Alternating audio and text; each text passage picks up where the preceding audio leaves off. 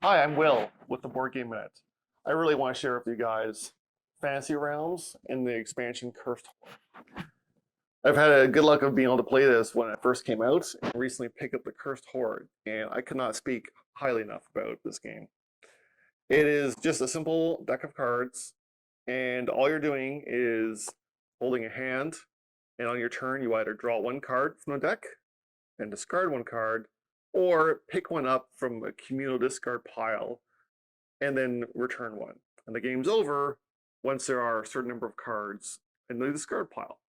And really, that's it. It is so simple to play, it is simple to teach, and yet the puzzle behind it, as well as some of the decisions, are so deep and interesting.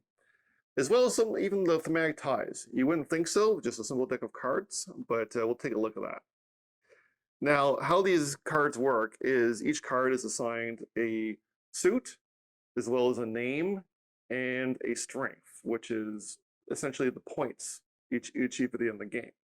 Some cards will grant bonuses if you have other cards, specifically certain ones in your hands, and other cards will also apply penalties, either giving negative points or just straight up blanking or essentially removing cards from your hand to match another certain type. These are all very thematic, really, for a card game which is essentially about the numbers. You know, you've got like the Great Flood that destroys nearly everything except for mountains. It just makes sense. Or caves that dwarves and dragons love to live in, and they get a bonus. It just makes sense. Also, caves are protected from weather. The game really shines when you're sitting around the table with your friends or people you've just met, and you've drawn a card and you are trying to decide, does this card fit in my hand? Now, you are dealt a random collection of cards, 7 or 8 with the expansion, and you are trying to decide what is the best possible hand you can build.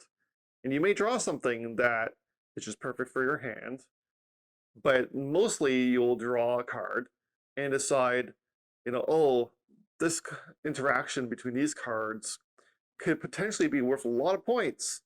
A real shoot the moon type experience where if you could find a certain exact combination of cards in the whole deck, you'll get an amazing amount of points. But maybe I wanted to go for a different collection or a different strategy and go for something a little easier.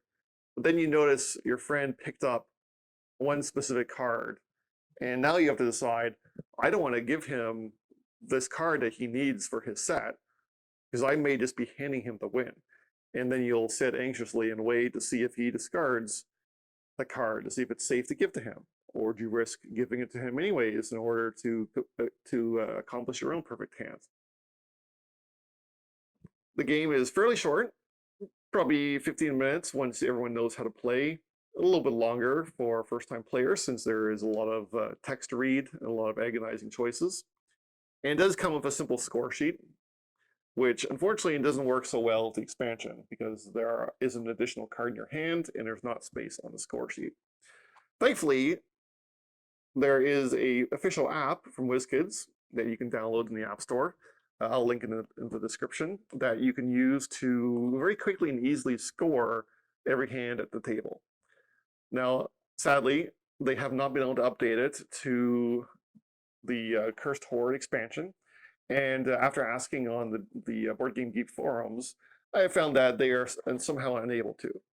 But they did implement a web version that you can use from your smartphone that works quite well. And I will also link that in the description. Now, the Cursed Hoard is highly recommended as well. It is not necessary, I feel. There is plenty of game, plenty of experience, and even some impromptu storytelling in the base game. But if you're looking for a little bit extra or a little bit more because you love the game, the Cursed Hoard is relatively inexpensive to pick up. It does add a couple of new suits, like buildings, that add some more interactions between different combinations in your hand.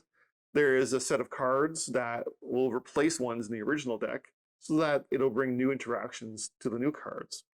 There are some outsiders, which add a bit of a press your luck emphasis and a little bit of top decking, if you want to use a term from the competitive card world, where you draw a card and hope it's the right one.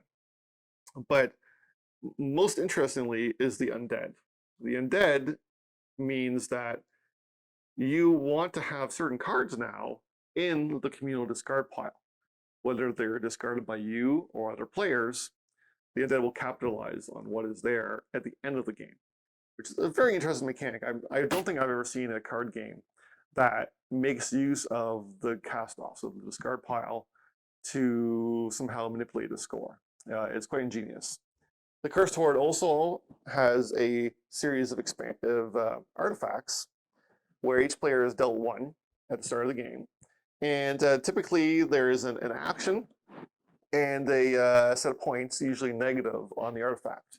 You can decide during your turn to use the artifact as a one-time ability, and then flip over the artifact and bank it, counting those points towards or against your score at the end of the game.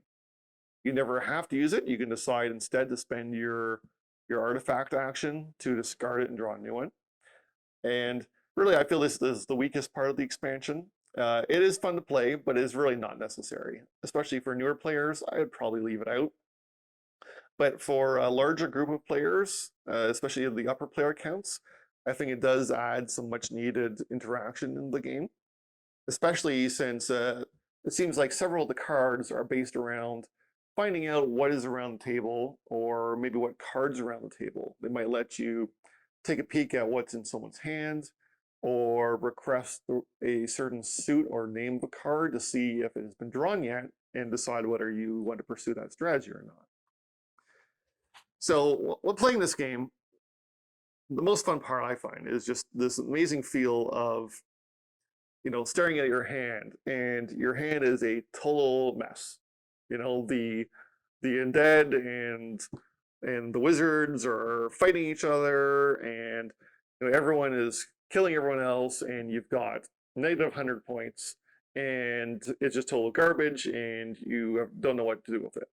But by the end of the game, as you're slowly drawing new cards, getting rid of old ones, finding interesting combinations, you always end up with a satisfying experience where you end up with positive points in the end. Whether you win or not, you feel like there is a certain accomplishment to putting together a hand that is worthy of scoring. So I do highly recommend this. This is definitely a game aimed more at gamers who are looking for a meatier experience in a smaller time frame. I'm not sure if I would recommend this to play with people who are not used to playing board games regularly. But you might be surprised if they are really into games with very logic puzzles. So that is a Board Game Minute, and I will play more games.